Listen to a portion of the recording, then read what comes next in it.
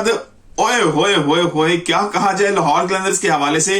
पांचवा match PSL season 9 का और पांचों मैचेस में शिकस्त। बैक टू बैक दो मैचेस, कल जो है कराची किंग्स के खिलाफ, आज पेशावर ज़ल्मी के खिलाफ।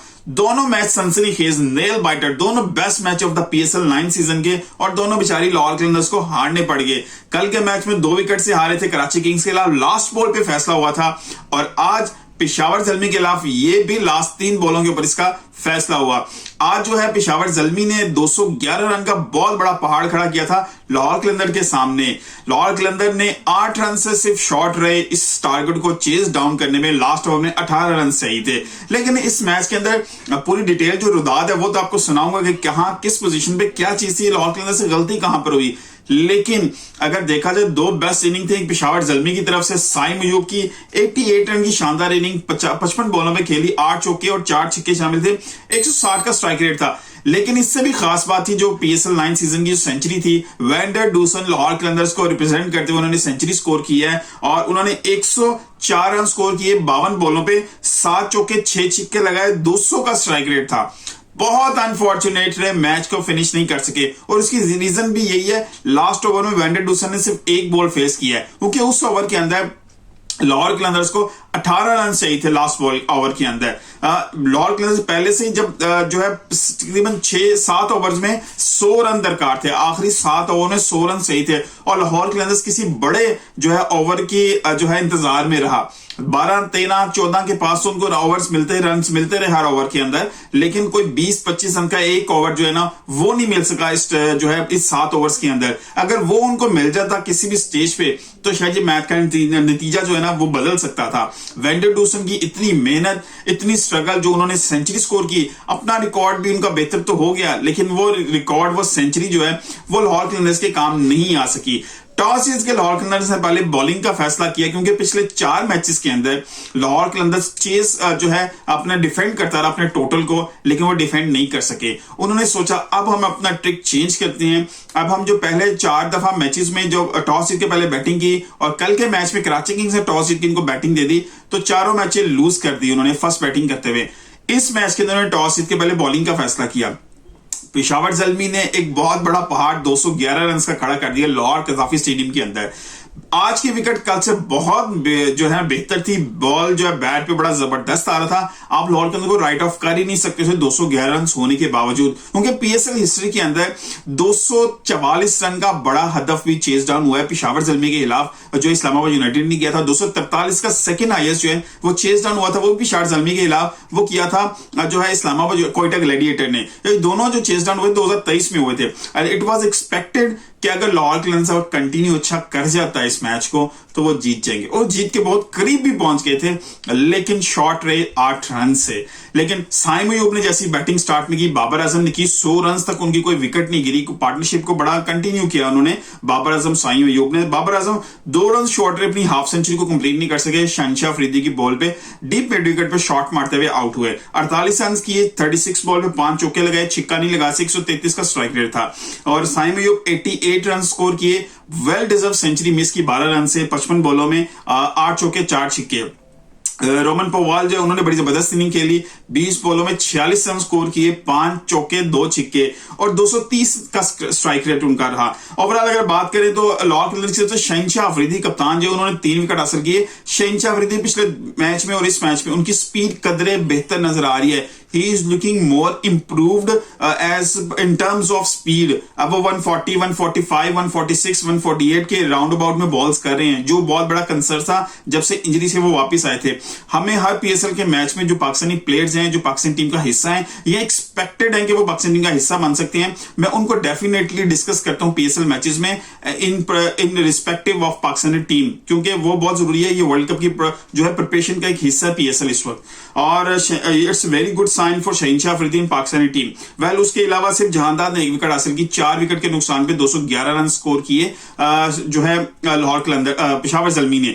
अब लाहौर कलंदर्स की जब बारी है, लाहौर कलंदर्स स्टार्ट में थोड़ा सा मुश्किलात का शिकार है।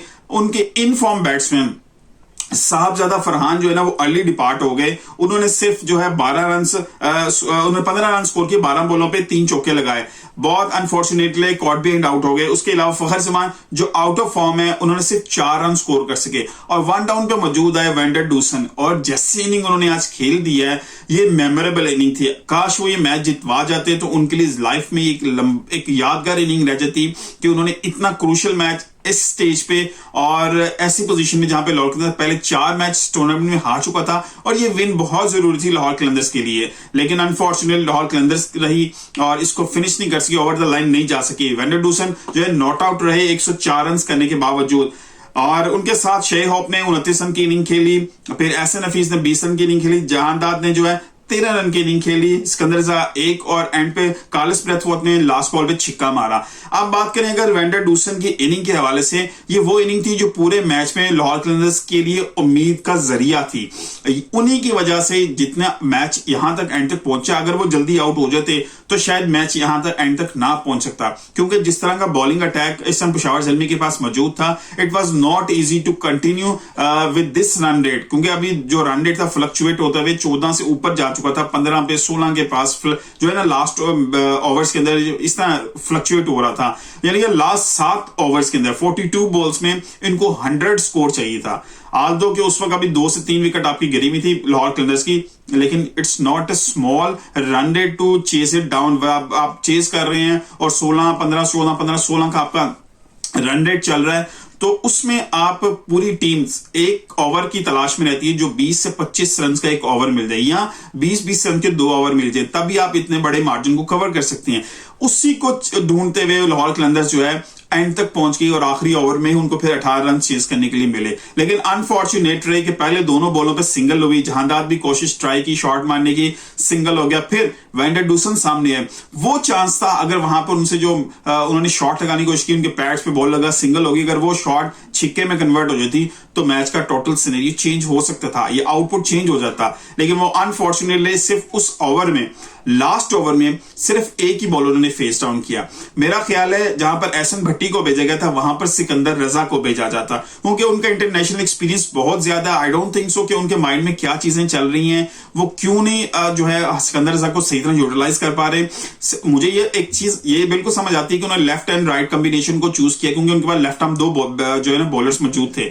लेकिन आप ये समझिए कि अगर उसका इंटरनेशनल एक्सपीरियंस नहीं है लेफ्ट आर्म हमारे बैट्समैन का, तो वो उसको उस तरह यूटिलाइज नहीं कर सकेगा। Sikandar Raza he is more capable than Ehsan Bhatti, क्योंकि इंटरनेशनल एक्सपीरियंस बहुत ज्यादा उनके पास। उसके अलावा कार्लोस ब्रेथवेट को भी जो है अच्छी तरह यूज किया जा सकता था ऊपर। Although Jahandad he is also doing very good in PSL, उन्होंने रन्स किए थे, उनकी पोजीशन ठीक थी और उन्होंने रन्स भी उस वक्त करके दिए उस पोजीशन के ऊपर। 12 रन उन्होंने स्कोर किए, 3 चौके भी उन्होंने लगाए।